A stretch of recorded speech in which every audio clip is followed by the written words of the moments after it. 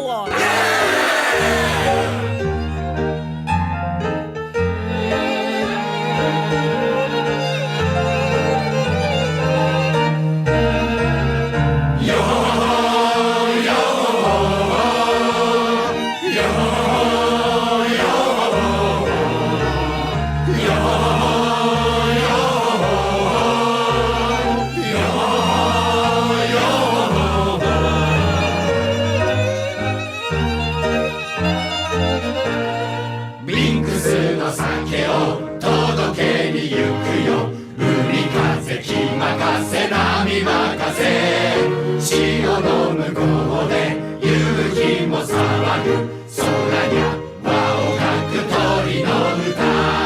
Bid farewell to Weaver's Town, say so long to port renown. Sing a song, it won't be long before we're casting off.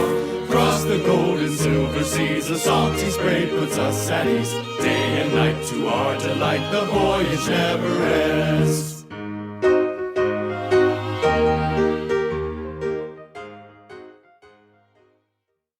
What's a pirate's favorite letter? B for booty. R. You think it be R, but it be the C. Right. I was trying. Yeah, I knew that joke. I couldn't remember what the alternate. That joke's annoying because no matter what, you can always pick the other letter. Yeah. Now, what if I just hit you with a Z? Then what? Then you'd be an animal. Yeah. Sounds like I marks won. the spot. What are thee? No, I've also heard the rendition where you go into the X play when somebody does that. They'll go like, oh, you think it'd be R, but it'd be the C. And then somebody goes, nay, it'd be X for the booty or something like that. So we just throw reverse Uno cards at each other. That's what I'm hearing. Pretty Seriously, that joke is built to just be a constant reverse Uno. Reverse Uno.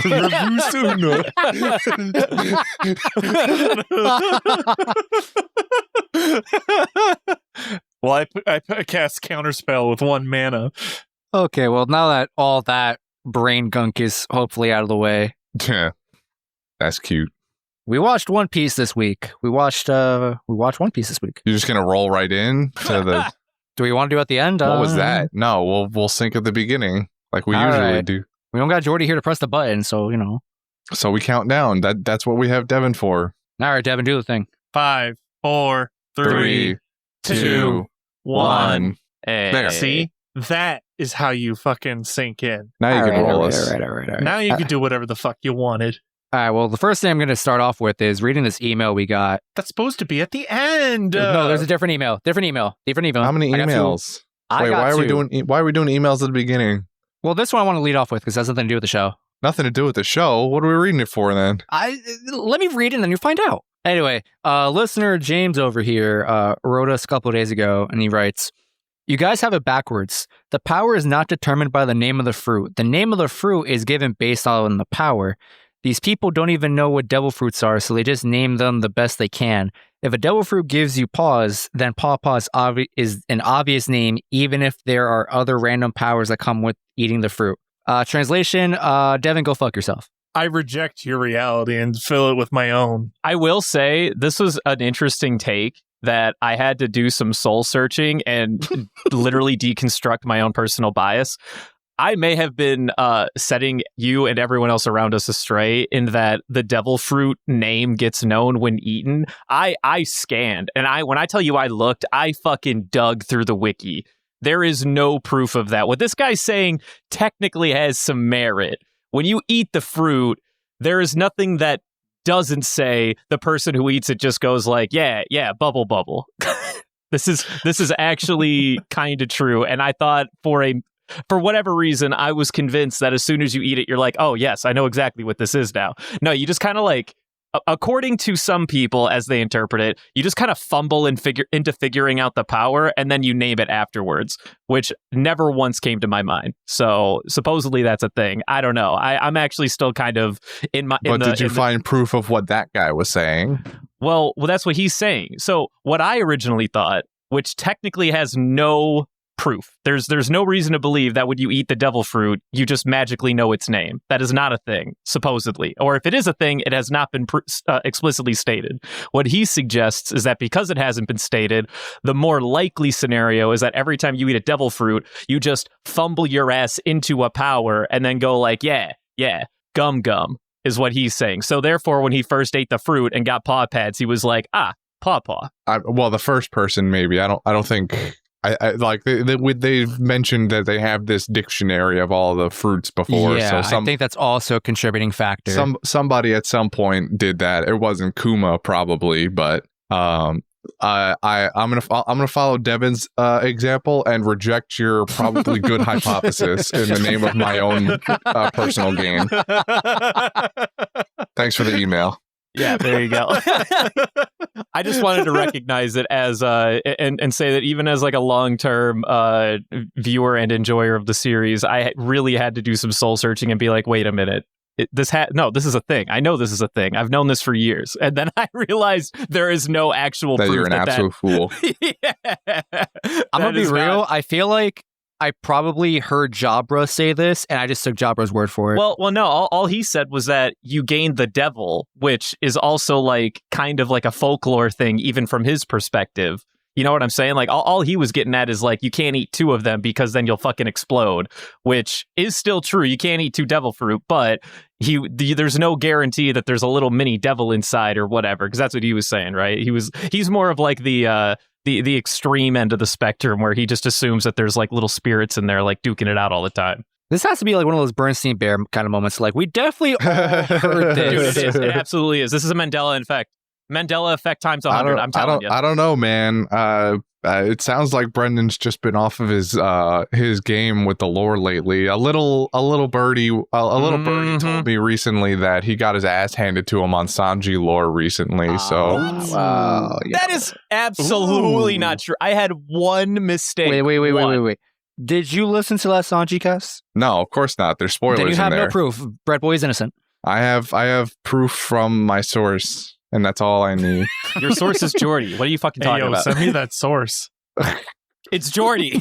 I don't believe it. A good magician never reveals his secrets. What are you talking about? I don't know why, but Christian said that, and my brain immediately thought of Tuxedo Mask from Sailor Moon. And those two things have nothing to do with each other, but with here that, we are. I take my leave. But you didn't do anything. You just stood there in the corner and looked menacing-ish. I'm a head out. Anyway, we watched One Piece this week. Allegedly. Yeah. We watched some One Piece this week. Or did we? Or did we indeed? They were pretty. I don't want to say short and sweet, but they were just more falling action after. They were sweet, that's for sure. Da feels. We got a bunch of Laboon and Brook backstory in addition to the fact that he can just play every instrument under the sun, and also Look, he had 50 years, dude. Dog, he did have 50 years. On top of the 38, he had to like grow up and join that crew. Yeah, that's what I'm saying. But no, these episodes open up. It's a big soiree, and the first thing that happens is go ahead.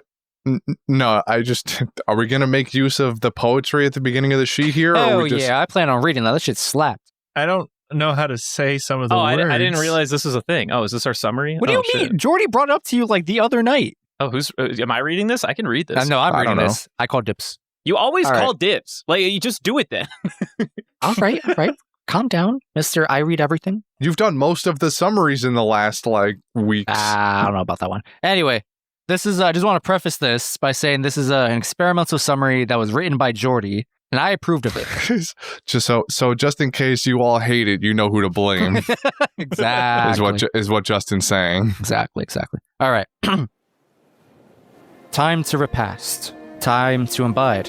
The echoes of spring, how lovely they sing. Jubilation! The melody goes on. Remembrance draws near. Poor ailing souls. Poor ailing soul. One final goodbye. One final to die. Laboon, old friend. I'll see you again. And see. My God. Is this supposed to be imbibe or imbibe? It's imbibe. You have no proof. It's The written right writing's there. Shut up. I can make this disappear right now. It's already on recording. I actually do want to know what this word is. I've never heard of this word. Repast is to feast. Imbibe is to consume alcohol. Yes, I looked these up last night because I had no idea what these words meant. Assimilate. Oh, but relating to ideas or knowledge. What are you talking about? This doesn't have nothing to do with... Oh, never mind. It does say just drink alcohol. Yeah. Keep scrolling down. I like your words, Magic Man. I'm not gonna fight with the guy who used to be an English major on this one. Oh, did he make this? I thought Jordy made it. Yeah, Jordy made it. Well, and then I Googled it. but yeah, I fact checked it, you know? You fact checked it. Oh, yeah. We needed right. your... Yeah, because that's who you are on this podcast, the fact guy. I've been slacking. You know, all those facts that you keep giving us. That's not just a fact. That's a Snapple fact. Dude, Snapple sponsor us. Please. I'm begging you. I would love to be able to just pop a Snapple during this. This is your Snapple fact of the day. Dude, actually, though. I would wish that they would like send us like One Piece designed one. So it's like, this is what a devil fruit tastes like. You just... It's like the gum fruit tastes like strawberry kiwi. Yeah, they would probably taste awful because allegedly all of the devil fruits taste like garbage. But see, that's the best part. They get to use the excess. It's like getting our own G Fuel flavor because that's what all the streamers do. They sell 10,000 units and suddenly they have their own shaker cup and their own flavor. We're gonna be that, but for Snapple. Sounds lit to me. Sounds like a good time. But anyway, the start of these episodes was, of course, a giant party after the events of Zoro doing absolutely nothing. The crew go back into the kitchen and get everyone ready to enjoy some food. And but before the soiree begins and food starts getting prepared, of course, Sanji, apparently a couple of the goons on Lola's crew, like low-key saw everything that happened, as did Brook. And they were like super pumped to tell everybody, but then Sanji, because he's lame, he doesn't want anyone to know the truth, was like, listen, you're gonna tell me and you're gonna tell nobody else what happened. And then we had Robin literally ears drop on him. He's so sneaky. I just love 100. the fact that she laughed when they pretended to be all manly and like, no, we're not going to tell you. We're going to walk away cool and sad. Well, it's because they also said some like nonsense about when Luffy was like, hey, where'd you guys go? They were just like, I don't even remember what they said. They quoted Sanji. They were like, didn't you guys say you had something you wanted to tell us? So what happened?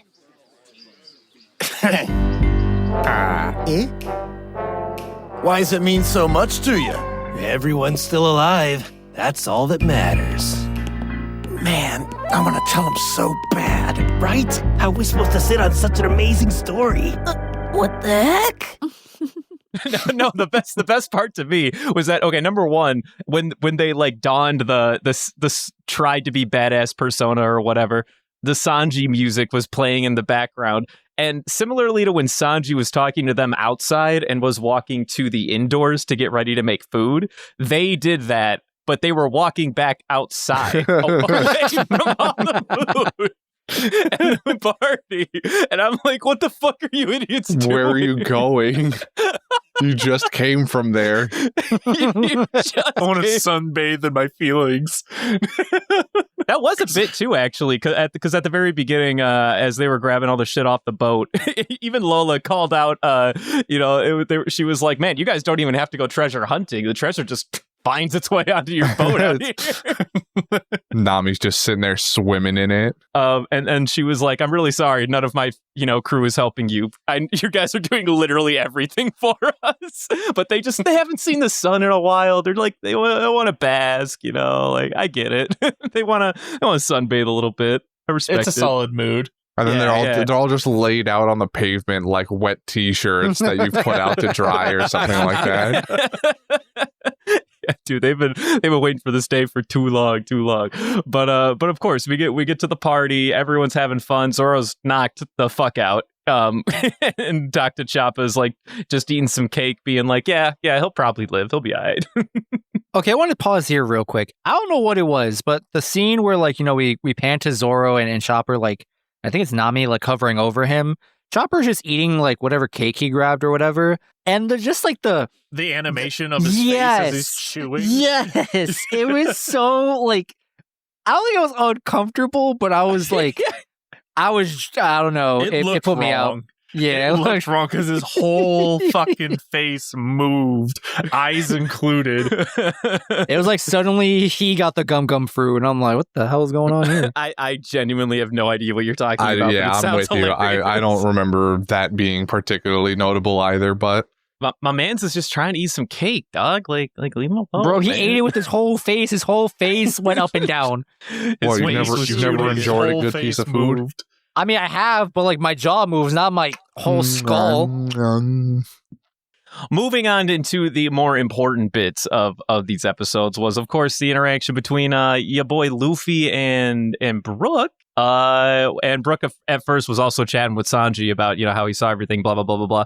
And Sanji was like, "Yo, dog, you play piano? I thought you played violin." And he's like, "I play everything. I can do it all." I'm a bard, motherfucker." do you have any fucking idea who the hell I am? Who you're talking to? Yeah. So he set Sanji straight, told him to go sit the fuck down, and then and they just started hanging out with Luffy. And then Luffy was like, "Hey, by the way, but actually though, you trying to get on this boat? You trying to join us for all this?" And he's You want to like, get some crew, man? I got crew for you. Scratch his neck. Oh no. "Do you like adventure?" I am honestly surprised that at this point Luffy hasn't just pulled a Frankie the way like Frankie just grabbed Kiwi and Mozu off the street. Luffy just finds somebody's like, "You're my crewmate now. Taking you to the sunny." We're friends now. Yeah, dude, we all want more friends. Plus, How can he taste the food? Can when he open said up he his doesn't have a skull tongue? and use it as a bag of holding. yeah, so this part I was actually really looking forward to. So as soon as Luffy asks him, he's like, "Well, unfortunately, I have something I got to do." And then Luffy's like, "Dude, I already know. You got to go see Laboon. We've already seen him. He's doing great." And then, of course, Brook is like fucking balling. He's like, "Wait a second. Are you fucking kidding me after all this My time?" boy's really out there. My Is boy. he big and happy? The last time I saw him, he was the size of a minivan. You're telling me he's a mountain now, son of a bitch? And we get a part of his backstory there, but more importantly, there was that time he opened up his skull. And there was just a tone dial chilling in his brain. Oh my god, that's so Can we fucking talk good. about how metal that what's on that tone dial is? Well, we're not there. We're not there yet. Yeah, we're not there yet. We can get there in a minute. I I like to. That's like the meat and potatoes of his backstory. There's right? kind of a dark side to it when you think about it, though. But There's not kinda. I would say there's a very dark side to it. well, like I mean, it comes off as we'll get to it in a minute. It's not bad. I think it's hilarious. Don't get me wrong. No, it's great. I like this. The backstory doesn't overstay its welcome either. I don't think. I think sometimes shows, and One Piece has been no exception, that backstories just kind of drag on or feel like they have no reason to exist. Yeah. But seeing Brook's backstory, and seeing the crew, we get to see actual Brook, human Brook, for the first time in his full form, full glorious I prefer Bony form. Boy. I kind of like Bony Boy a little bit better too, but nevertheless, we get him and his whole crew. We get Captain Yorkie, I think it was his name, right? It was indeed Yorkie, yes. And everything that happens between them and when they meet Laboon, and oh god, poor little baby Laboon, bro. Little baby Laboon, bro. Dude, all the squeaks throughout the entirety of these episodes my heart. always hit. I don't even care. My heart. I'm just listening to this baby Dylan, go play the clip. Dylan, play the clip, please. I need it. You should be out there looking for your pod. Oh, he's so cute. Hey, how long do you think he's gonna follow us? I don't know. His poor mom's got to be worried about him. Here, have some food, Laboon. Laboon, huh? Since when did you give the big boy a name? No, so we got the backstory between Brook and his former captain Yorkie. So he came from the Rumbar pirates, and I do kind of agree with Christian. A lot of the time, some of these backstories do kind of overstay their welcome. But what we got through Brook was a little bit of before they went to the Grand Line, presumably the West Blue, which is where I think he comes from, and just some shenanigans out in the West Blue until they decided, yeah, we're gonna go to the Grand Line and do stuff. And they were trying to tell Laboon to fuck off for a little while. And they even got to a point where they were like, Laboon, like, you literally have to stop. Like, we're going where no man can go. You can't go with us. And they go up Reverse Mountain. Yeah, but you're a whale though, so peace. Like, if we can't go, then you certainly can't fucking go. So anyway, but we're gonna go anyway. But we are probably go native to this region. Yeah, so that's like kind of a depressing thought too. That Laboon was like palling around with them for. Assuming, a couple of weeks, maybe a couple of months. You can't really tell how long that backstory was taking place in the West Blue.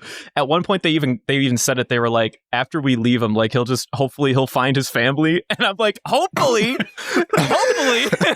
What do you mean, hopefully? Oh, man. He adopted you guys. What are you talking about? Yeah, like, I mean, I think that's kind of a lost cause where we're at right now, my guy. Like, I don't know.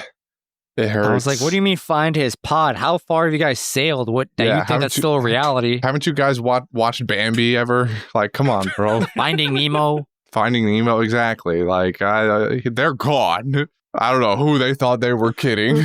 Yeah, dude, they were like trying to convince themselves that they were making the right decision. And I mean, like, to an extent, maybe their hearts were in the right spot, but like maybe they should have, like, if they wanted to ditch them, maybe prioritizing like finding other whales to ditch him with would have been like a smart instead of just hiding yourselves below the railings or below deck so that he can't visually see or hear you. Yeah.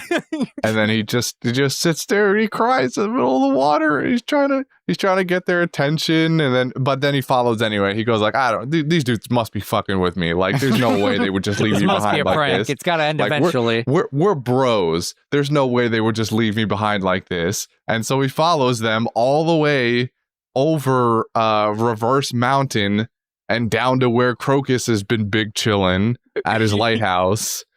Yeah. I love Crocus's line too, because he goes something like, is the whale your guys' pet too? And everyone goes, So is that whale that followed you guys down some kind of pet or something? Huh?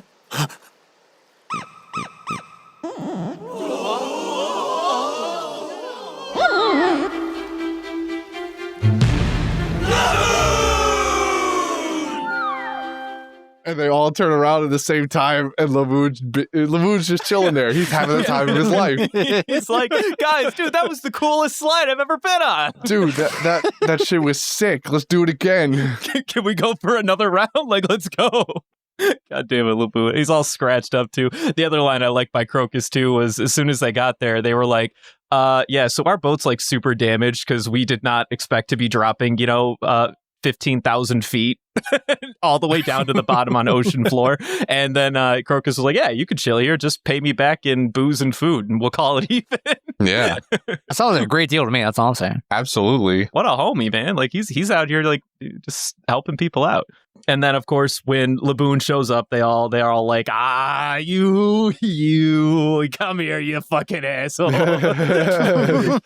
Let's party it up. But also seriously, like, you can't do this shit again. I love seeing the scene where Laboon gets wrapped, like bandaged, and my first thought is just like, one, how? Two, I'm okay with this. They're also like not really covering the area where he had the scratches at all, because they were on his like nose area, and the bandages are wrapped essentially around his neck behind his eyes. I don't know. It follows the same logic that it feels like Chopper does some of the time too, where he just sort of wraps haphazardly and goes, all done. You better now. I'm a doctor. I am doctor. You're fixed now. Yeah. Sir, my arm is bending the wrong way. I said you're fixed. Yeah. Slaps him on the back. That'll be $300,000, please. I want to imagine Crocus in the back was like overseeing like the doctor of that crew and going like, hey, are you sure you don't want to put a bandage around the scar over? And then the doctor's just like, who the fuck is the physician here? Are you a doctor? No. That's what I thought. Yeah, he goes to Crocus, are you a doctor? And Crocus goes back, are you a doctor? God damn it, I need this bit in my life now. Shit, so no one's ever asked me about my license. Everyone just assumes that because I have bandages and a syringe that I have to be. No one's ever questioned like this before. God damn it, oh no. I just got lucky by stabbing people with random apple juice. He's like, I was thinking about buying a monocle. You think it's too much? I think all you need is the stethoscope, and you'll be good, dude. Oh, right. Stethoscope.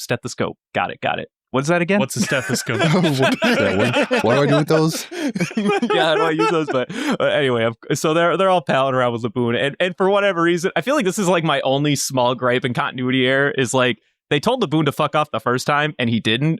So I have a hard time understanding why he would be like, okay, all right, I'll do it this time. I guess maybe because Crocus was there. It was different. It was different because before they were like straight up trying to abandon him. Like, yo, just this is it. This is where we part ways. Just ghost his ass. Yeah. And then they Yorkie, straight left that dude on scene and left. Yeah. And then Yorkie comes around. He's like, hey, man, it's only temporary. We're just going to, make a quick trip around the globe. We'll be back in like a year or two. Yeah. I think that's definitely the deciding factor here is that they make the promise that they'll be back for him. And so Laboon is like, all right, these dudes would never lie to me. I can wait a few years. That's nothing. I'm a whale. I'm going to live like 200. Maybe he is though, actually. Fucking goddamn it, Laboon. So I think that's really the part where Laboon is willing to just ride out this storm here is because they make the promise. Yeah, that's fair. That's fair. Plus Crocus was eyeballing that whale for real estate. Yes. I don't like the way that you just put that, but okay. Yo, dog, that's where his vacation home is. He did absolutely build a vacation home inside Laboon when he was big enough, so. I'm sorry. And then but Crocus does become a doctor. Yeah, he does. That's why I said that. Oh, I'm putting all the pieces together finally. I was thinking that to myself. I was like, isn't Crocus a doctor? I think he was a doctor, but I don't remember. It's been a while. Yeah, he even told the crew that because at one point Luffy was like, "Yo, you want to join our ship? We need a doctor." And he's like, "Listen, dude, my sailing days are done. I was a ship's doctor once. But was he a doctor? But was he a doctor at that time? That's a good question. Maybe that inspired him to become a doctor. Yeah, did he become a vet because Laboon was such an asshole and kept ramming his face into the wall? Who knows? Right. These are good questions. Maybe he saw the Rumbar doctor wrapping those expertly crafted bandages around Laboon and was inspired. Goddamn Crocus! It all comes together. The Rumbar Pirates is I don't want to call it a motto, but the thing they kept shouting was that they make all the children smile around the world. Was like, I don't know. That felt like a weird tagline for their crew.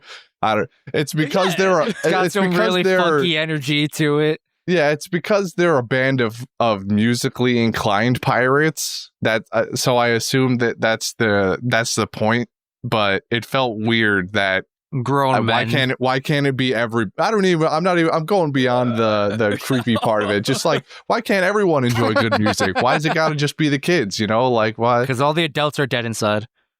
Well, they should aspire to bring life to them through music, which is ironic considering Brook's final end result. Right. And the rest of the crew. and the rest of the crew. Speaking of, except potentially Yorkie himself.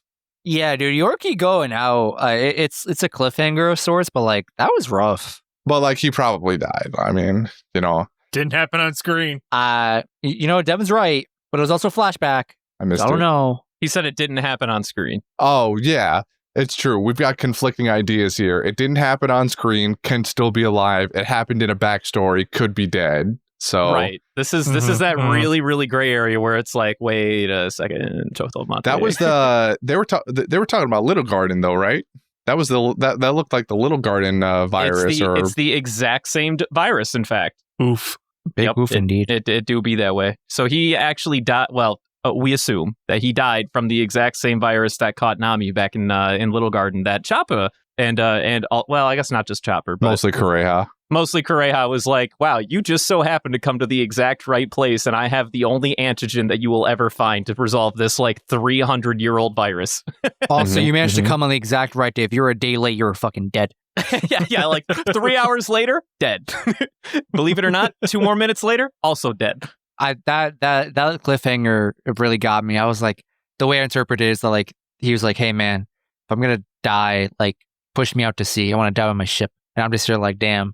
The only thing that's really missing here is just lighting the ship on fire and letting him go out, cremation style. I mean, that's not what they were doing though. They were bringing him to another city where there were more doctors. I don't know, man. It really felt like he was like, I'm alone on this ship. Just push me out to sea, and this is where I die. Didn't they take all the other sick passengers too? It wasn't just Yorkie. As far as I knew or understood, Yorkie was the only one that was sick, and they were no. There was definitely a dozen more or something like that. So I assumed that they took Yorkie and all of the other sick ones, because why would they still leave the sick ones on board the ship? I get Yorkie's the most important because he's the captain, but don't leave all the other ones on board to make the rest of the crew sick. No, yeah, that definitely happened. There was a good dozen or so that were all sick or something like that. Also, if it was that contagious, how did none of the other Straw Hat crews catch it? Don't worry about it. Hey, man, how the fuck has Luffy, Sanji, and Zoro never gotten sick? Listen, man, it's all a game of numbers, right? Because they eat a lot of meat. That's why. If you consider how many people were on the boat back when Brook was on that crew, which looks to be I don't know, maybe 50, 60 dudes or some shit like that. And that compared to the 6 that we had on the boat back when Nami got it, I don't know. But maybe a smaller boat. True. This is also true. More contact areas on a smaller boat that everyone touches. How do you know they didn't maintain their 6-foot social distancing? Come on.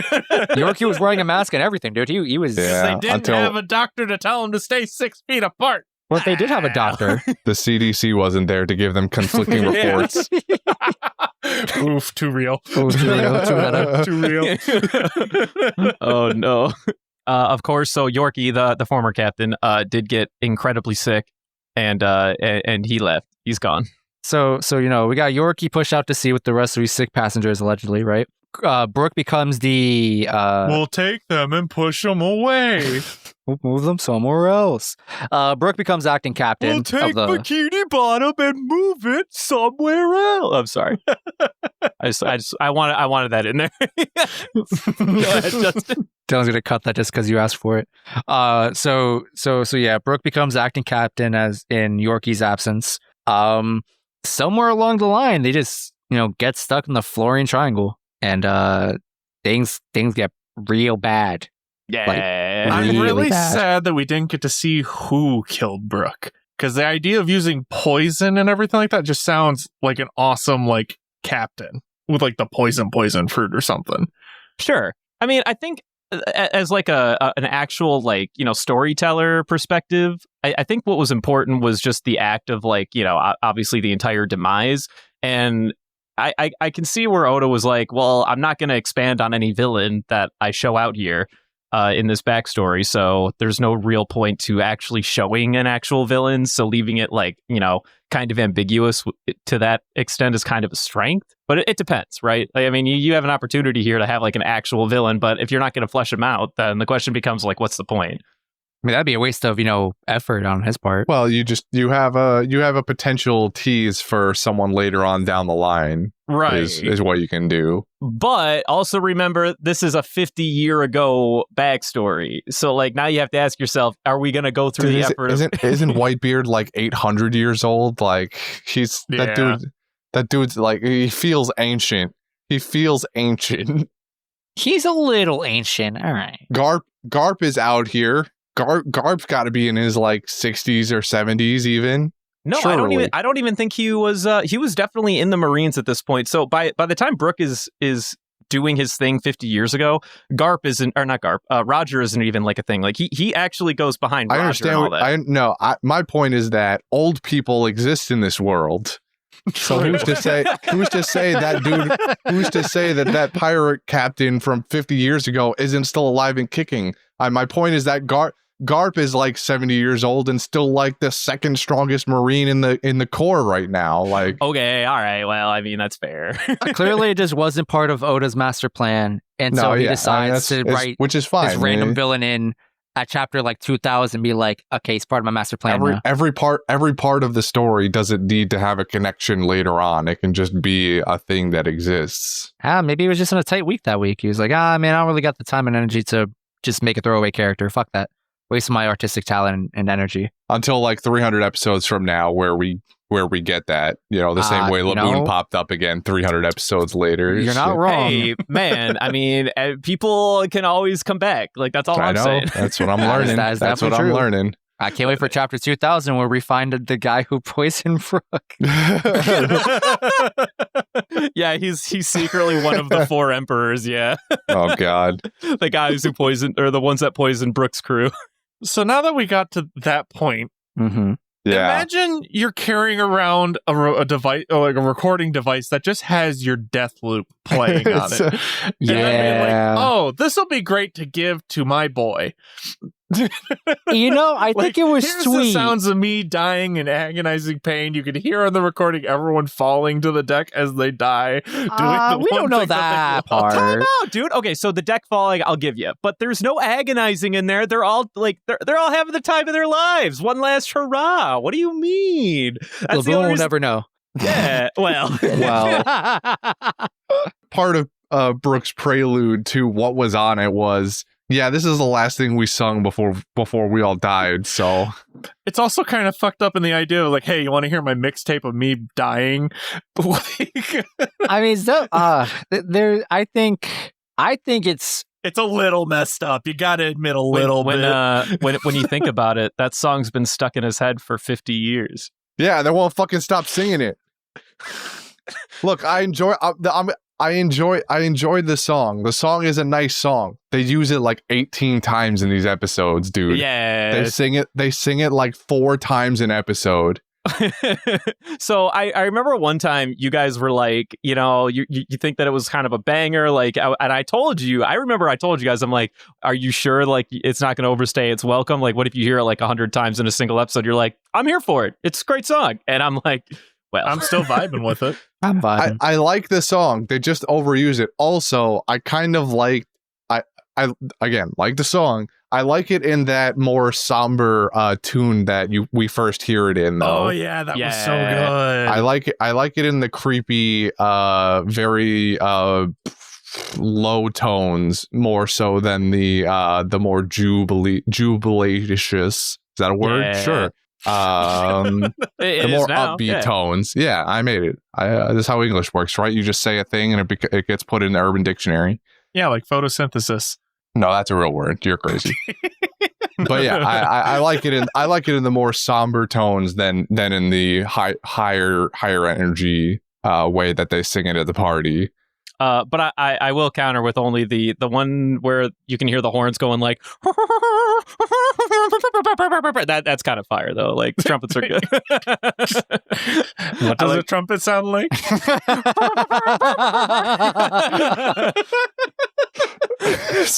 Yo, dog, it was still cool. I want to hear it again. I'm genuinely okay. curious. All right. Well, no, the rule of threes, Devin. Rule of threes. But we're dancing around the subject. What had happened though, with Brook's crew was, since everyone was poisoned, Brook was like, "Hey, I'm gonna come back to life. I'll get this message to Laboon. Everyone, just play music until you die, okay?"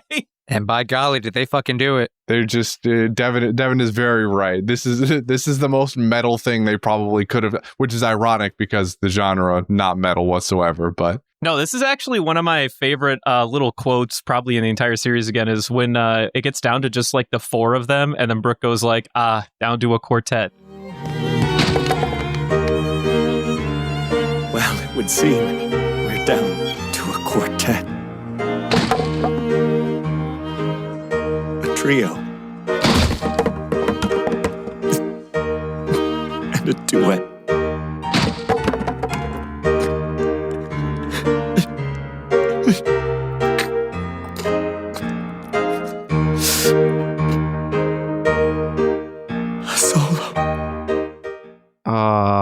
hurts. I can see it. Once upon a time, I don't know if Jordy has the receipts from when we recorded this. We played Don't Starve together. And we were all like playing the game and we were all about to die like for winter or something like that. And we were around the fire. And I was like, hey, Jordy, it seems that we're down to a trio. And then I immediately died. And then Jordy just busted out laughing. God damn, yeah, that's good. I was probably there for that and had no idea what you were the other guy and you had no idea what was going on. Man, remember the Don't Starve phase? What a time. Dude, what a time. I still don't hate Don't Starve. Like, we can play that again. I hate it. It just requires a lot of effort. Actually, Simi probably was there too. He might have known what was going on. Somebody was already dead, so I think it was you, me, Simi, and Jordy probably, and then somebody was already dead, and then I was like, "Yo, Jordy, it's a trio." And then I could hear him like mumble under his breath, "It's a duet." What a fucking goon. But yeah, I just wanted to give that fun historical fact in there. I love this bit though. Brook's got such a, I don't want to say wholesome because it's not very wholesome. I think it's fair to say it's kind of wholesome. It's also wholesome, incredibly traumatic. Yeah, it's like the most wholesome like thing you could have out of a shitty situation. And then to add insult to injury, of course, we already know the part where he looked for his body for like 2 or 3 years or whatever, and then it rotted to bones, and he was like, well, I don't what other choice do I got? I'm gonna take it. Like, I'll give myself a shot. And then he continued to vibe on that boat by himself. Dude, for like that 45 years. Well, he couldn't go anywhere. He literally could not go anywhere. Yeah, when I saw him turning like the what is it, the mast? I don't know, the spinning steering thing. wheel. Yeah, the steering wheel, like just seeing it doesn't turn. I was like, wait, are they gonna say he drove that around? But then like seeing him just like walking around, bored off his ass, talking to himself, going literally insane. I was like, that makes more sense. Coming up with the hilarious 45-degree joke. Oh yeah, dude. But then also having that hallucination where oh god, it was bad. Oh, it hurts, dude. It hurts. What happened? You were having a bad dream, that's all. Now get over here and play a song.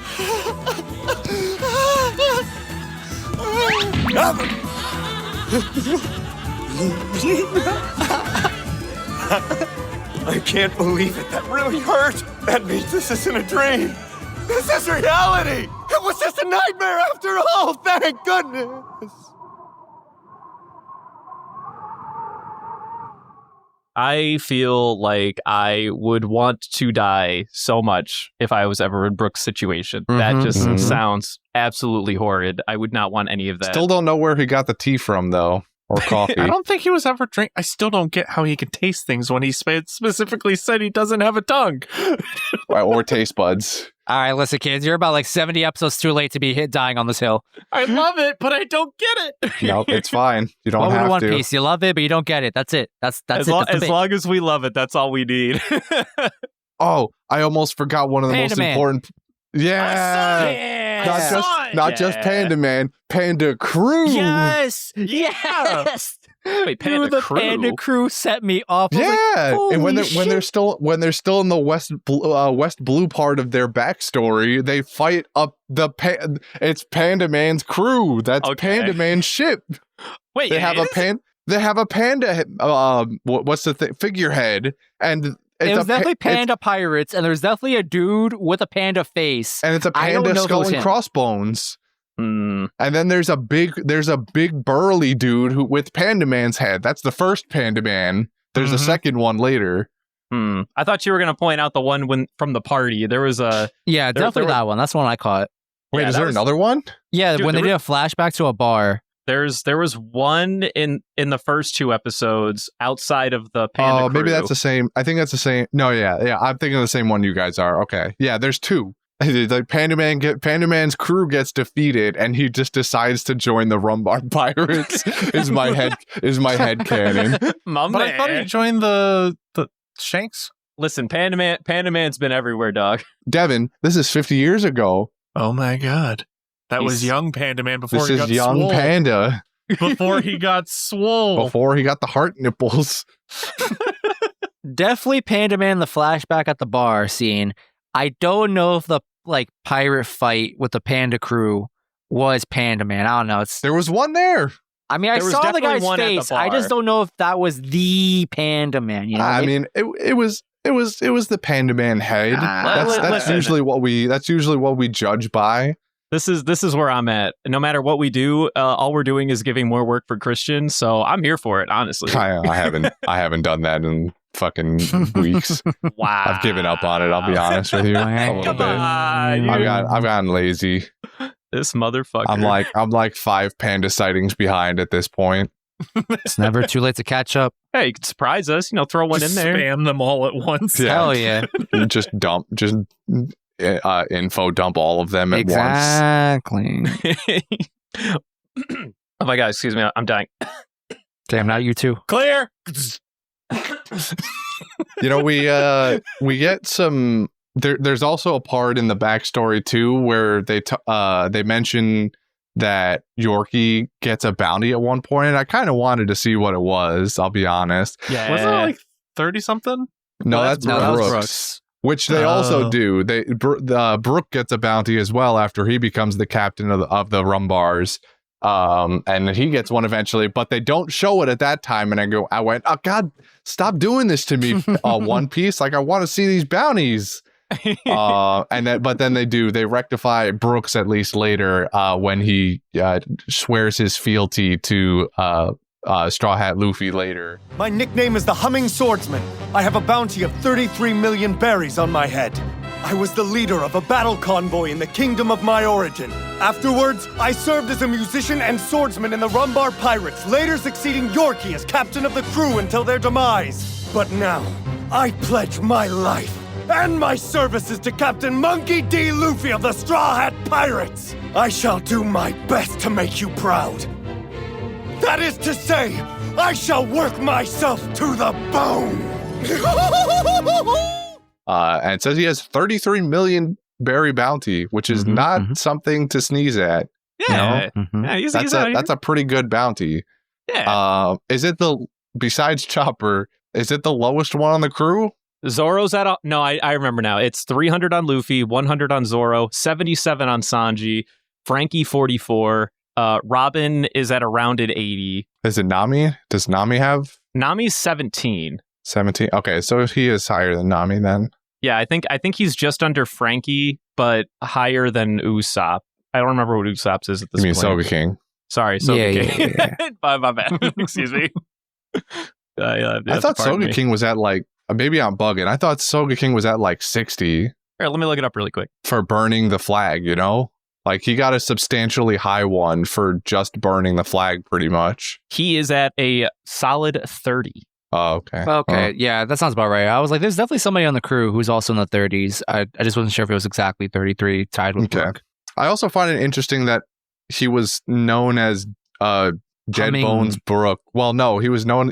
Maybe he assigned it to himself, but when he was introducing himself, he said, "I'm known as Dead Bones Brook, also known as or nickname the Humming Swordsman." So this is what's funny. It's like he has a nickname for when he was in the Corps from back in the military in the West Blue, which is the Humming Swordsman part. And then when he was in the Rumbar Pirates, he was Dead Bones Brook, which is like keck.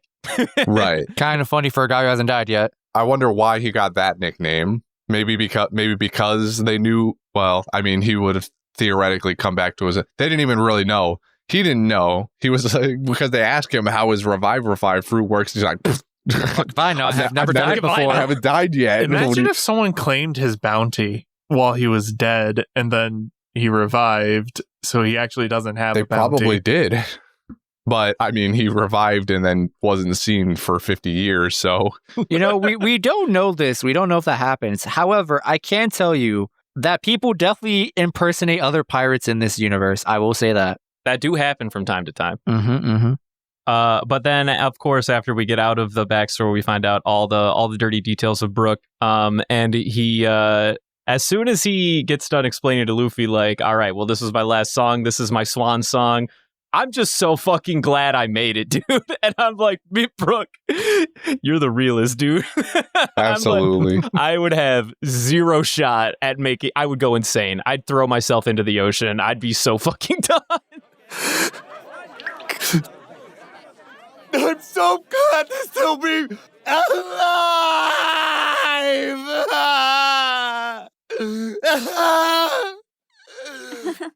I'm so glad I never gave up, no matter how hard it was. Well, of course, right? I've waited so long for this day to come.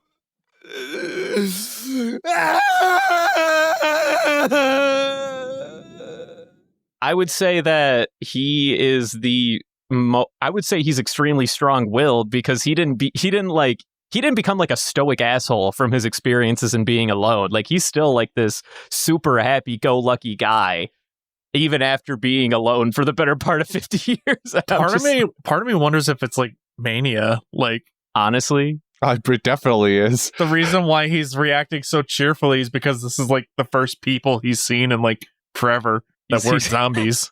yeah, he's forgotten how to like actually talk to a human being. Oh my god, poor Hence Brook, the dude. panties joke. The more you think about Brook, the more you realize just how fucking sad of an existence this. You know, poor it is man has been interesting. through. It is interesting because there's no indication that he was sewing the panties when he was alive. So somewhere in the 50 years, he developed this He need forgot how to people. or desire. That man was alone on that boat for longer than he was alive as a regular human. I mean, Oof. shit, if I was on a boat for that long, I'd probably be asking the exact same thing. Somebody get the horny bat. Somebody get that horny bat right now. Then we get all of this setup, I guess, for Lola, whoever Lola's mother is, that we'll meet in 500 episodes probably. Yeah. No. This was really throwaway because it's a long time before this pays off. And then knowing that knowledge, I spoke to Jordy. I was like, wow, did you ever see this shit coming? He was like, absolutely not. It's been a long time since Laboon, so It's also been a long time since Ace gave him that piece of paper. And yeah, I that completely too. forgot about it. yeah. Yeah, did you guys even remember that scene happened? Not until Nami was handed a blank piece of paper. When Nami was handed a blank piece of paper, I went, wait a minute. I feel like I've seen this before somewhere. Not even the same. and then Luffy went, wait a minute. I think I've seen this somewhere before. No, it wasn't until Luffy mentioned it. I was like, huh? Where did you? Oh. My favorite part about this whole interaction is when Luffy takes his out and his is on fire. The first thing that came to my mind is that meme of the dog in the burning house. Like, this is fine. Oh no. So yeah, we learned about the Viver cards, which is apparently you can go somewhere in the new world and take like a piece of fingernail or like a piece of hair or something like that. It just like it's bound to you as a person, and you can like give shreds of it to like your family and friends, and it'll like always be attracted to you or where you are. It's like magnets. How do they work? It's like magnets. How the Nobody fuck do they knows. work? Nobody knows. So Lola, for whatever reason, was like, "Oh, Nami, here, since you're such a good pal, I'll give you this one-way ticket to a free favor to this cool To my pirate- mom. to my mom, who's in the new world." You know what I'm saying? Like she's a big pirate out there. She was like, if you're ever in trouble, go find my mom. Go find my mama. She'll do you right. She'll do you solid. I promise. She'll cook you up a nice meal, treat you right. Probably hold you hostage and ask you for all your gold because pirate. But But she'll give you like a piece of candy, yeah, but then once you show her this paper, though, she'll at least let you live. So that's a plus. You know what I'm saying? Yeah. She'll definitely help you out. I just like the idea that Lola's going through the Grand Line backwards. Yeah.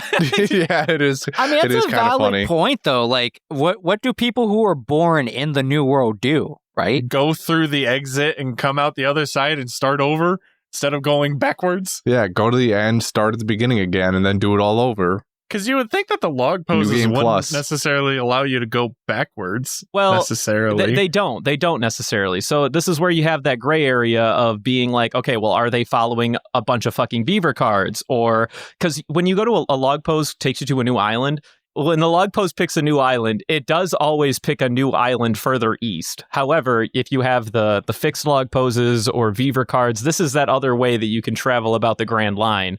Because I know we also talked about how the Marines can low-key just kind of go over the Calm Belt willy-nilly, which is really fucking obnoxious and broken. But do you think that Crocus has like a billion papers and is like a little lighthouse just so people can find their way to the front? Well, the papers are not attracted to each other. They're attracted to the person it's made to. So unless she has... I thought they were to... Okay. Yeah, Crocus would have to be handing out these pieces of paper to people. Here's a piece of paper. Don't get lost. Don't die. But going back to the Viva card thing real quick. So yeah, as Brendan explained, Viva cards, you basically imprint your essence onto this paper, layman's terms, and then you give out a piece to somebody. It's like, hey, if you ever need to find me, just follow the paper. It'll drag you to me, more or less. Yeah. And then Luffy, looks at his Viva card from Ace, and it's like burning. And when I first saw that, I was like, oh, that's kind of cute. It's kind of like Denden Mushi's. It's like, oh, it's a little personalized. It's Ace, so it's not funny. But it turns out the burning of Ace's paper means he's kind of like dying or in distress or something like that. I just love the reaction from the rest of the crew. We're like, hey, yo, we can like make a pit stop, and check on him. He's like, it's fine. You could tell it's like eating him apart in the inside. He's like, it's fine. No, Luffy's definitely... I don't think it is. Luffy's big chilling. At first, it was actually a really like stark difference and kind of distracting, because at first he was like, oh no, it's burning. But then like it immediately cuts to the crew leaving Thriller Bark. And he just goes back to having that shit-eating grin, and he's like, "Yeah, I don't know. I'm pretty sure Luffy is kind of somewhere in the middle. I don't think he's extremely worried about it, hence why they're not going.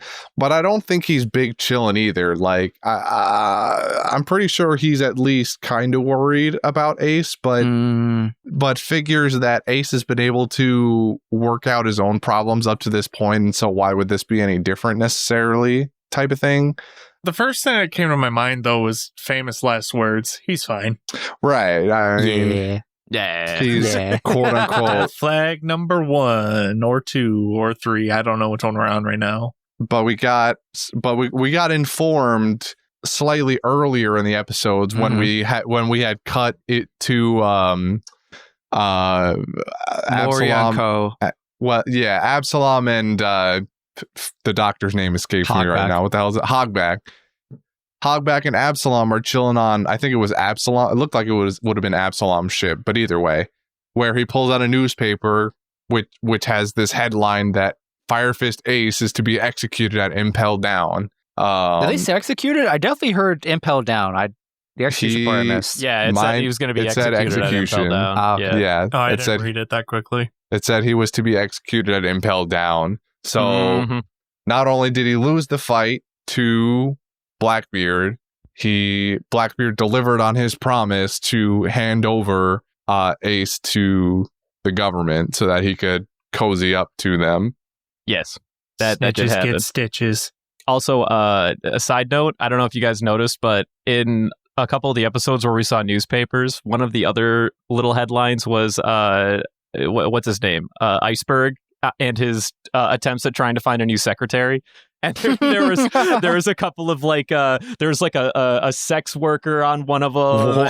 Yeah, dude, it was a whole thing.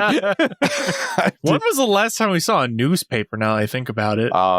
We usually only see them around like bounties, right? We see them like at the end or beginning of arcs, pretty much. When it's usually meant to just like tell us bounties for the most part. Yeah, I did not see the wanted section, the wanted ads section of the newspaper though. That's crazy. Yeah. There's a little picture of Iceberg saying like looking for a new secretary, and then like the next newspaper we see, there's like a girl in fish net stockings, like putting her leg in front of Iceberg, going like, "You like it?" My God. Oh, also, I don't think this was mentioned before the episode we just watched, but they confirmed that Blackbeard has officially replaced God, it was mentioned before. Man. Yeah, there we go. My brain was like, what's Sandman's name? Yeah, Mr. Sandman. What's his name? Kuma told it to Moria before Moria got involved with the straw hat. The only bit of new information is that Ace is going to be executed at Impel Down, because at this point we knew that he got delivered to the world government or something. He lost to Blackbeard. That was mostly knowledge we kind of already knew. Meanwhile, Hogback was also trying to low-key be to the audience like, I don't think Whitebeard's gonna just take this one sitting down, dude. It's like, he's a part of the Whitebeard crew. Like that's not just something to scoff at. That's quite the man to just capture and imprison and execute. Respirator intensifies. Oh no. big oh no. But that's pretty much all of it, right? The crew is now off and on their way towards the next adventure. Where do you guys think we're going next? So, I mean, obviously back in Water 7, we were like, we're going Fishman Island. We're still not going to Fishman Island? I'm still not convinced we're going to Fishman Island. Well, we did say, how many did you say? You said like 200, right? I gave some enormous number, like 200 or 300 episodes when Jordy first asked me about it. I do think you said 200. And I'm gonna stick by that. I was completely wrong, so I'm pretty sure I said like... You definitely said 2 as the other extreme. You went the other way and was like, well, yeah, it'll be like next episode or something. I don't know. 50 episodes later. Yeah. All right, but okay. We've done the arc between projected arcs. There's no way we're gonna do another one though, right? Another one. There's no way we make another like DJ tangent, Khaled. right? The little no side. way. No shot. Okay, all right. I mean, we already missed we had the golden opportunity to make like a pit stop with asking Luffy like, hey, do you want to stop and do something about Ace? And he's like, no, we're going to progress the plot by going to Fishman Island. And then there's no way we don't go to Fishman Island. Yeah, no way. No way are we going to accidentally somehow still end up at Impel Down to attempt to save Ace. Not going to happen. No shot. Not going to happen. No shot. No shot whatsoever. None at all. All right. Well, that's pretty much all we got for these episodes. That was the end of our arc, by the way.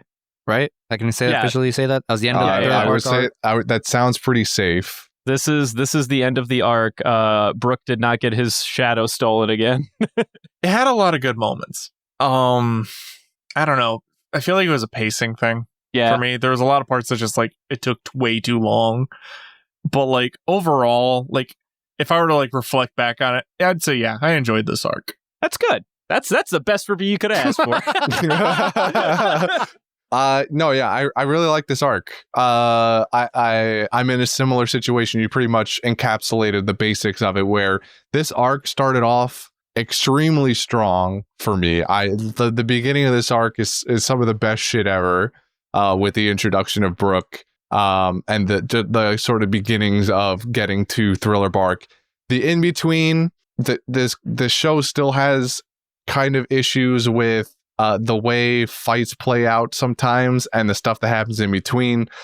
We don't get as many wild goose chases in this, probably because it's like you said before, it's sort of this mini arc between bigger arcs, it feels like, so they don't feel the need to kind of throw all of this extra stuff in there. The worst we get is Luffy chasing Mori around the island for like 8 episodes.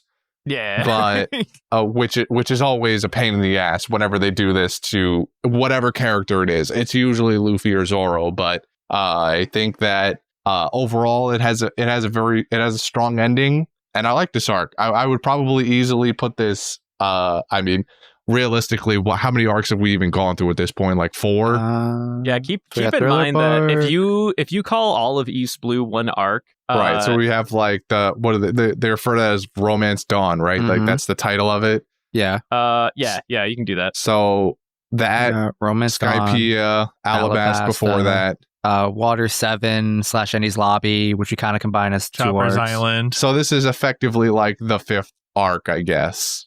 Then, right? I'd Pretty say much something like that. Yeah, it's like it's like the 5th arc. The point I was trying to get to is that I'd probably right now rank Thriller Bark at it well within the top 3 that we've watched if we're going arcs. Yeah, I don't know what my top 3 ranking would be off the top of my head really, but I would say Thriller Bark is definitely up there with some of my favorite that we've watched so far. I just love the gags in the beginning, dude. The gags in the beginning were too fucking good. Yeah, they hit real good. They're so fucking good. But all right, I'm on a similar boat. This is the second time watching Thriller Bark. The first time I was definitely a fool who was like, "Ah, man, like we just finished Water 7. This can't possibly compare." Oh yeah, we can tell you guys now. So Jordy and Justin both say this is like the shittiest arc in all of One Piece. Animals. Like they fucking skipped this shit, which I'm like, no.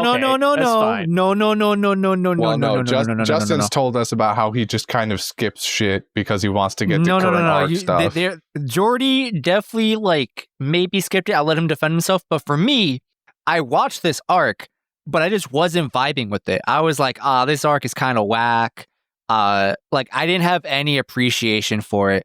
It's largely because it came right after Water 7, which is this huge big thing. And I'm kind of like still riding the hype of that, and I'm comparing things to that because that's like peak One Piece for me at the time, right?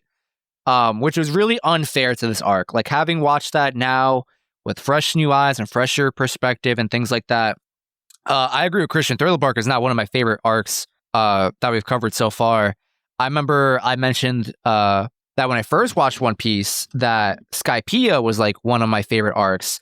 And now I'm trying to retract that statement. Skypiea is cool, but Thriller Bark is, I think, a lot better, in my opinion. Definitely top 3. I would definitely put this above Skypiea.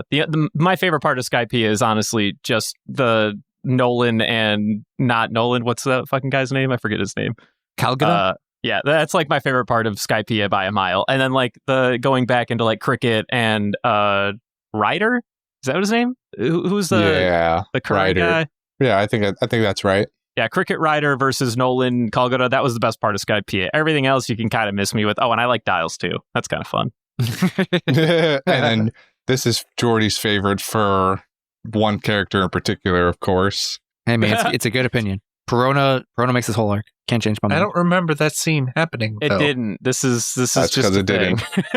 It's just a thing. Leave it alone. Pay no attention to the GIF from the Discord chat. Yeah, Jordy put a GIF of Perona because apparently everyone needs to give shout outs to everyone's goth girlfriend crush that they had in high school or something. Hell yeah.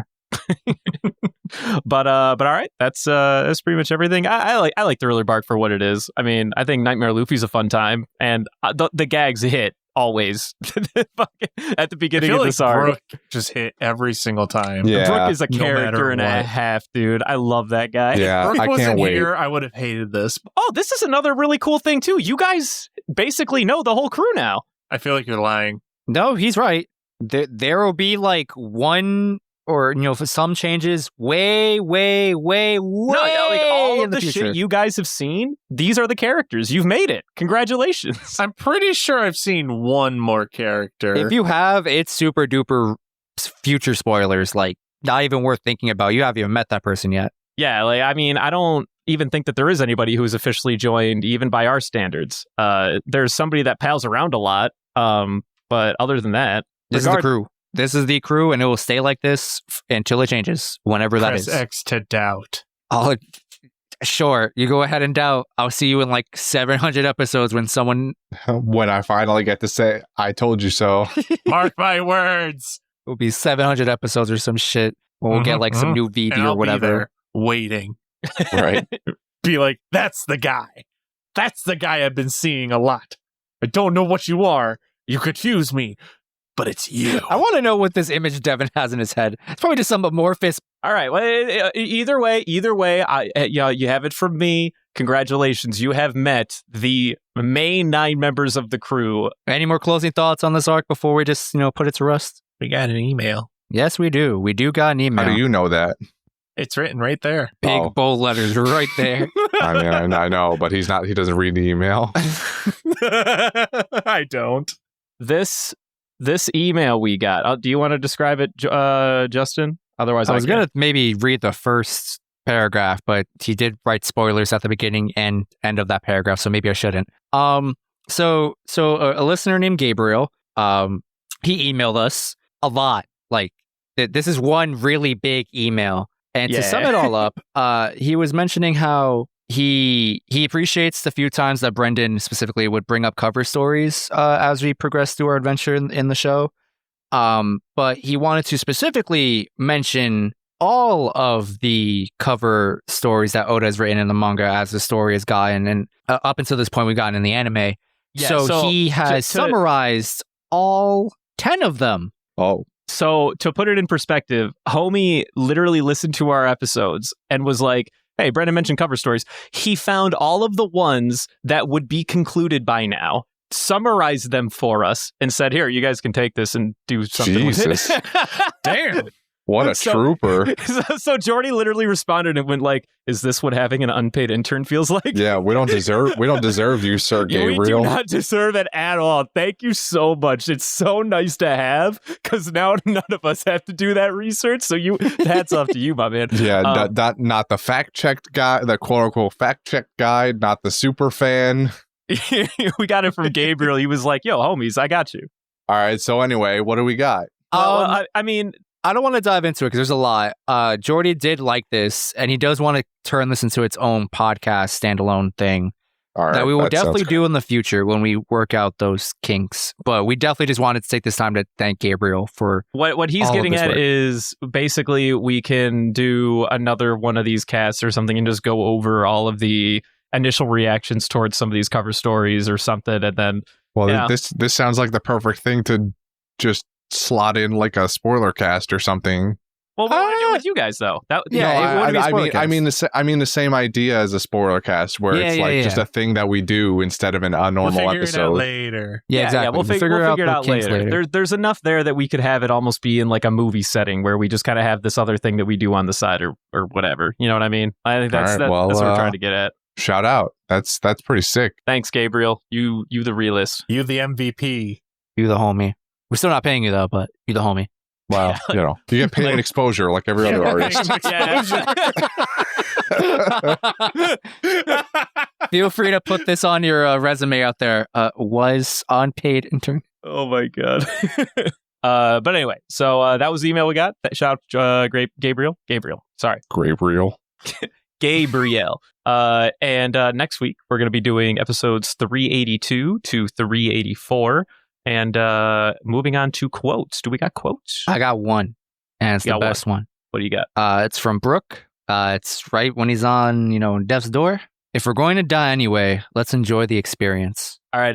What about you guys? I wrote down a few there. When Sanji's talking to the two Sanji's talking to Brook at the party. And Brook tells him that he also saw what transpired out there. And says you were both very brave or whatever it was. And Sanji says, you shouldn't put me in the same boat as Zoro because I'll just end up looking stupid in comparison, which is one of these rare moments where Sanji actually, I guess we'll say acknowledges Zoro or humbles himself a little bit more instead of just being completely at odds with him. Now, of course, it's because Zoro is not directly within earshot or conscious, so we can't make fun of Sanji for it, but it's still it's nice to see. I like that part too a lot. Sanji unwrap himself, and also have it be like one of the 3 times you told us that he uses Zoro's actual name, or whatever the number was. So I thought that was really nice. The other one, kind of on the opposite end of the spectrum, is at the end in the last episode when Lola she asked Frankie to marry her, but Frankie's response is, as he's slicking back his hair with his comb that he keeps in his pocket like a true greaser, he goes, "Sorry, babe, you're a gem, but it won't work out. I'm afraid I'm just too super to settle down." Is that what it was in the sub too? Because that's exactly what it was in the my dub. sub said I'm too cool. No, he says super in the sub. The fact that he's like, "Sorry, babe, you're a gem," and I'm just like, "Oh my god, fucking smooth, fucking greaser, dude." He's a straight out of shit. What's the West Side book? Story? Yeah, like a Grace? West Side Story, or what's the book like with Pony Boy? Oh, The Outsiders, right? Outsiders. Yeah, classic novel. Straight out of Outsiders, dude. Golly, dude, what the fuck am I both think it's that hilarious. Had to be the most nice letdown of them all, though. It wasn't even like a no. Like, it wasn't a hard no. Yeah, Like, it was like he pretty could if he decides he wanted to settle down, like he might come back to Lola. It wasn't a no. It wasn't a no. You know it was what? not. It was not a straight up no. Like literally everybody else. Everybody else is giving her basically a fuck you. Like everyone is shouts no out at her. They can't get the word out quick enough. But Frankie's like, hey babe, yeah. It's just not my time yet, you know. Shut up, Christian. What? I find it. You're right. It's not that bad. I think it's funny though. I'm sorry. I don't know why I'm outraged. I'm just chilling here. My quote is it's I forgot exactly what episode it is, but it's when Sanji and Brook are talking. And at one point, Brook's like, "Oh, do you have any song requests?" And Sanji's about to say a song, and he just keeps playing the fucking song. He's like, "Hey, why would you fucking ask?" Well, me?" he goes into Binks Brew for the first time, I think. Yeah, he just starts going, yo. It's like, what the? Why'd you even bother to ask me, man? I love the little like swing back and forth that Brook does too when he sits down like that and he's like tick-tocking back and forth like a metronome. God, what a goon. That stuck hard with me.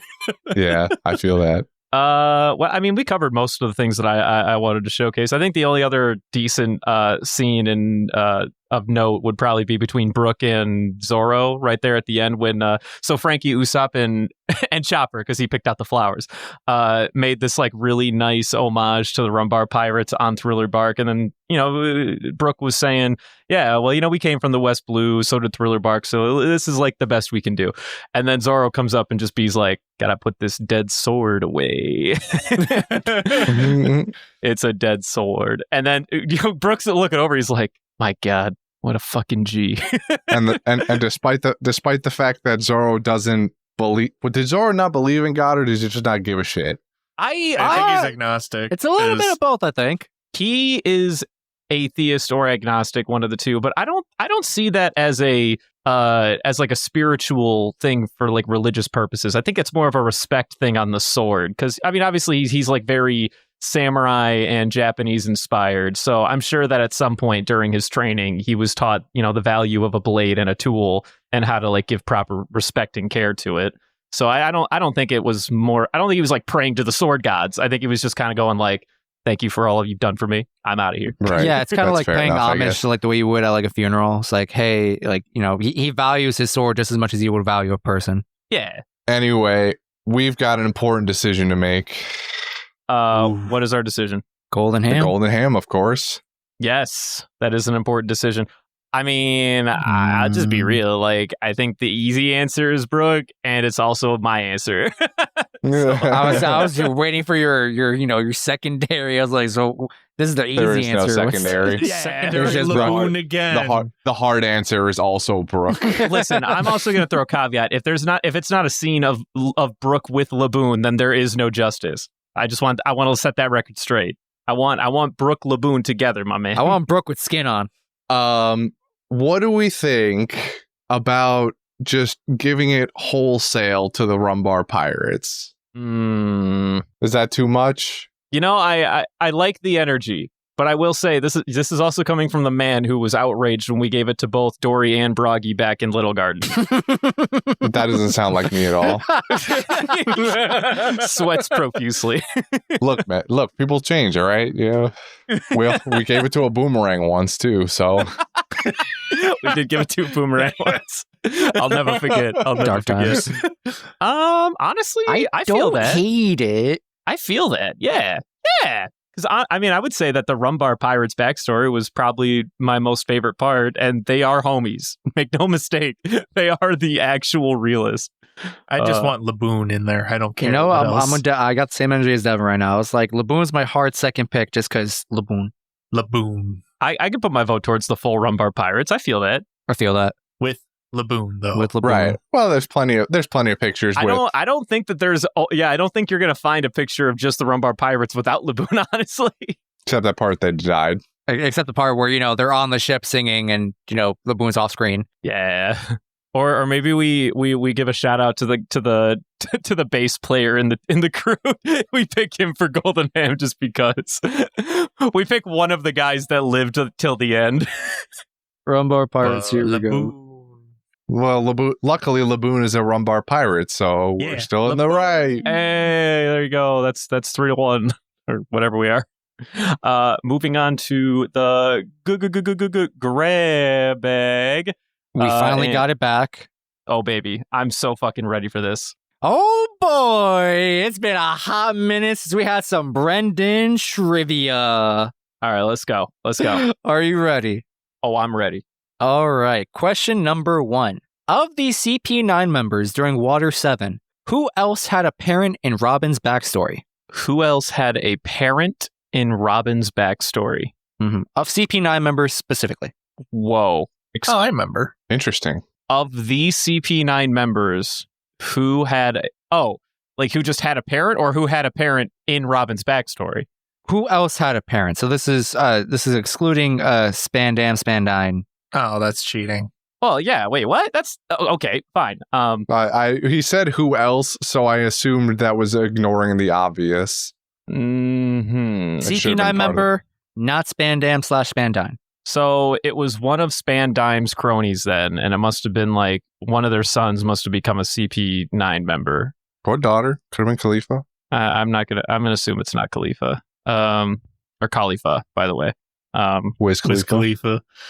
Jinx, you want me to Dr. Pepper? I feel like my easy answer's gotta be Bluno from the bar. Just because I vaguely remember those guys and none of them like have any like characteristics that look like any of the other members of CP9. And I guess Bluno from the bar maybe makes sense. Fuck, I don't know. I bet it's Kaku. It wouldn't be Kaku. None of them had the fucking nose thing. All right, so you're telling me that it's not Spondum. He doesn't count. We never met Lucci's parents. He was like an orphan that just wanted to kill fucking everybody. Oh, wait, Jabra! No. He doesn't count, does he? He doesn't count, does he? Wait, why wouldn't he count?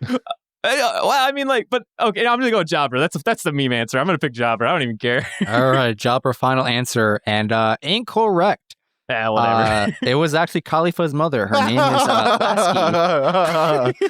Wait, you knew? I know. I had no idea. Oh, okay. I'm laughing because you said. No, there's no way it's Khalifa. My bad. Lasky, Khalifa's father. I said mother. My bad. What do you mean ad-libbing? I'm not ad-libbing. I just can't read, right? Stick to the script.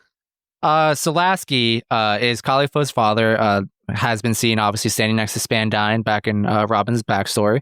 Oda confirmed it in SBS after fans questioned the resemblance. What an adorable, murderous relationship they definitely have. All right, listen, I'm going to just let the team know the resemblance he's talking about is that they're both blonde. They literally have zero resemblance beyond that, but that's fair. I mean, isn't that like the same thing as spandex and Spandine? I mean, they have similar facial features, at least. Dog, I literally just pulled up a picture of them. No, they do not. they are not. Either way, that's cool. I am a big fool. I'm a big fool. Off to a great start so far. Are you ready for question number 2? I'm ready for question number 2. All right. True or false? Where we are in the series, Usopp's only defeated 2 opponents by himself. True or false? By himself. Only 2. Okay, so there was Chew from Arlong Park, which was all him.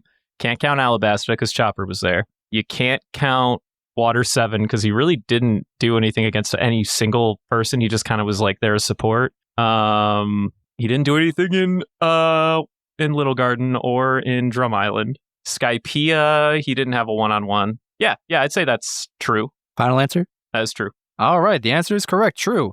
The only people he has defeated are True, as you mentioned, from Arlong Park, and Perona. Hey, easy shit, easy clap. Easy clap. Usopp likes to hold back his full strength, something about no one being able to make him more than 10% of his power.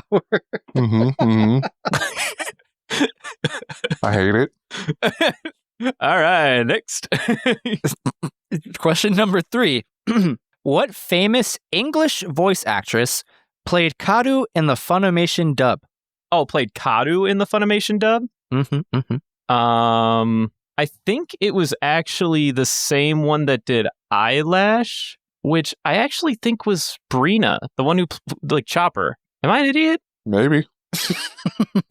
Probably, in fact. All I'm saying is last time Christian doubted you, you were wrong. No, that doesn't sound right.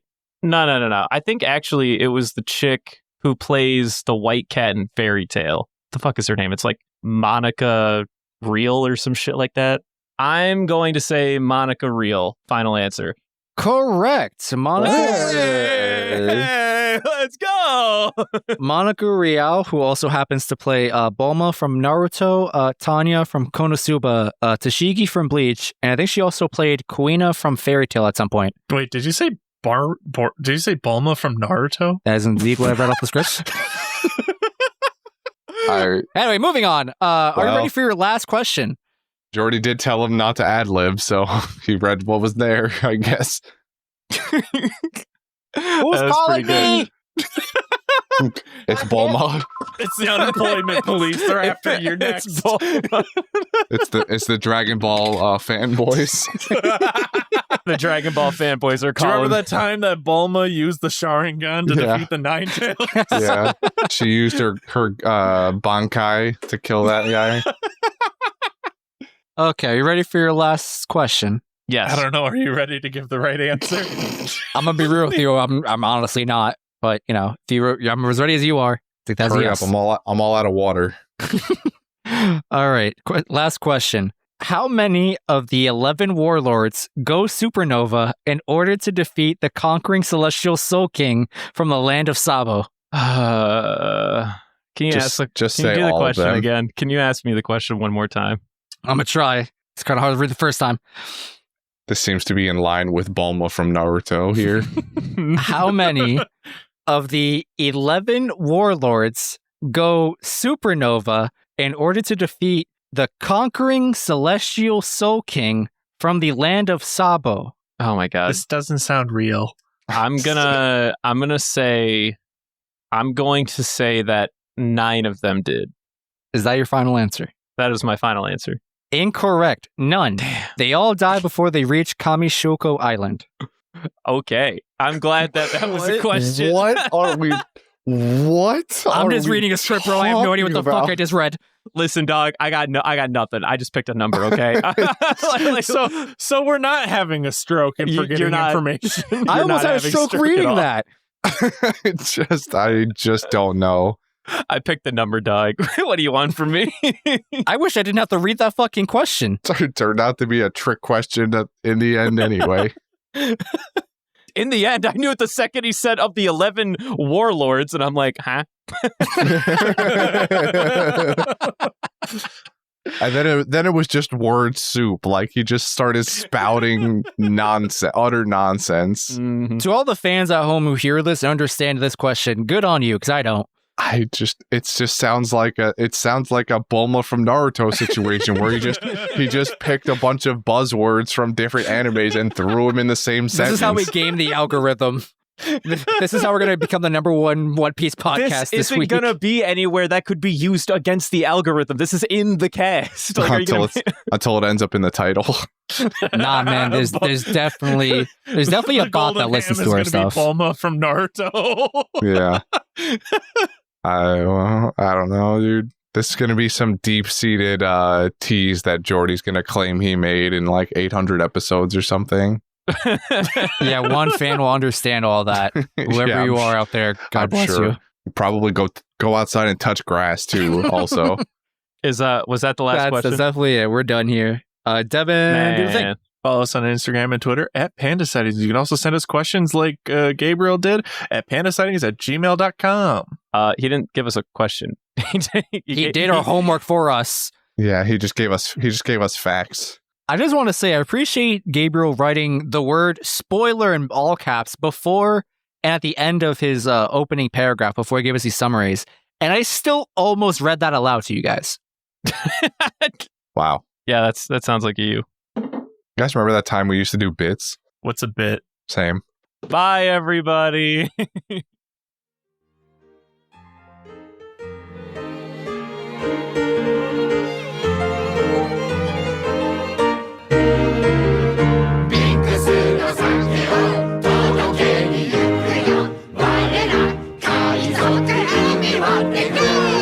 Nami o makuga ni, nekura